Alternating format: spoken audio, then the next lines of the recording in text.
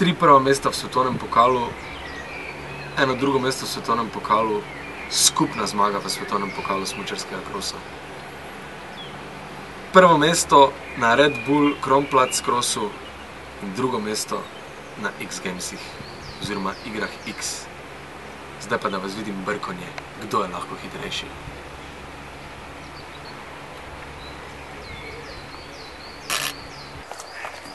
Filip, svaka čast. Hvala. Letos si doživel neke spremembe. Katera od teh sprememb je najbolj vplivala na letošnji uspeh sezone? Ja, definitivno je pomagalo to, da sem spremenil spol. Spremembe so bile, spremenil sem opremljevalca smuči. Nisem spremenil trenerja, ampak sem ga pridobil. Kar je sprememba, ampak po drugi strani tudi ni, je pridobitev. Tudi pridobil sem serviserja in ga nisem spremenil. In vse to je nekako potem dalo končni rezultat. No, ko si rekel proizvajalca smuči, da si zamenjal, torej trenutno je Elan tvoja najljubša izbira. Koliko je to vplivalo, samo smuči, na tvoj uspeh? So to kakšne posebne ski cross oziroma smučarski cross smuči? Ja, Elan, v bistvu, zakaj je bilo vredno? Zaradi, ker sem išli na roko.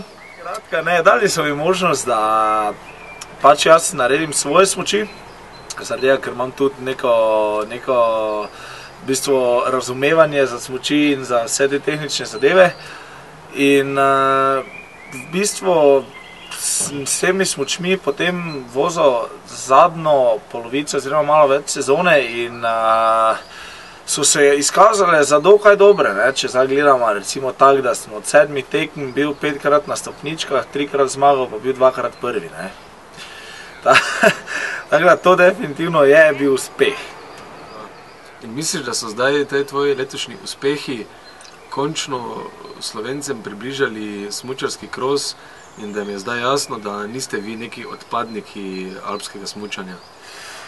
Ja, po mojem da, Zato moraš bolj vedeti ti, ko si tu spremljal zadeve. Jaz sem bil na tekmah, tako da ne vem, ampak definitivno se je nekako ta pogled v ljudeh spremenil. Žal ne moramo mimo tragične nesreče, ki je zaznamovala to letošnjo sezono. Smrtno se je po nesreči tvoj dober prijatelj, Kanadčan bosanskega rodu, Nik Zoričič. Me zanima, koliko imajo trenerji in tekmovalci vpliva na postavitev proge, postavitev skokov in varnostnih stvari okrog proge, mislim na splošno vse skupaj. Ja, definitivno bom rekel premalo. Nas FIS, to je Mednarodna smučarska zveza, če še kdo ne ve, nas FIS premalo posluša, na to smo mi že prej opozarjali.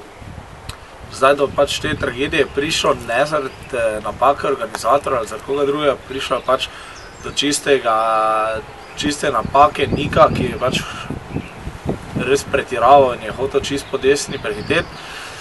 Ampak, se pravim, smo pa že dosti krat v FIS-u govorili, dajte neke stvari spremeniti, recimo, ko so na kakšni progi, kakšni skok, ko je zgrajen tak, da je res nevaren in mi potem pač rečemo, to pa mogoče te je malo nevarno, kaj če vi to spremenili, pa oni skozi, ja, bomo, pa se tako nič ne zgodi, iz tega in mislim, da bi zdaj mogli začeti nas malo tukaj upoštevati, ker v končni fazi smo mi tekmovalci tisti, ko čutimo, kaj se dogaja na progi, pa vemo, v čem je v bistvu finta, ne funkcionarji iz FIS-a, ki v bistvu ne vozijo, tako da smo samo mi lahko tisti, ki rečemo, dajte malo, to pa mogoče ni tako varno, in upam, da se bo zdaj to malo spremenilo, jaz mislim, da se bi moglo. Ni pa v navadi tako kot pri alpskem smučanju, da trener postavi progo, vsakič en drug trener? Ne, zaradi tega, ker tam pač trener pride pa progo zakoliči,